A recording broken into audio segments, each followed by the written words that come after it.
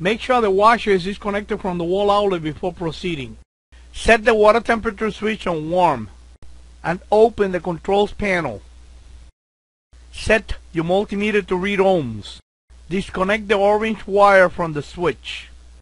Take a reading between the terminal of the orange wire and the terminal with the purple wire.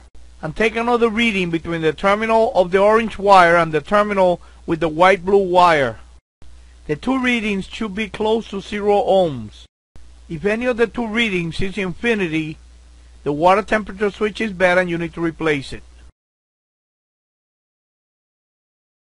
To replace the switch, remove the knob. Turn the switch counterclockwise with the wire still attached to it and take it right out.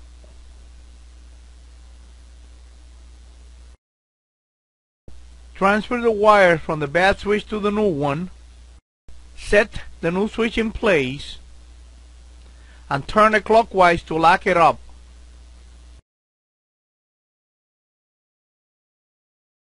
If your switch look like this one, use a small screwdriver to lift this tab, then turn it counterclockwise and take it out. To install it, set it in place, turn it clockwise until it locks in place.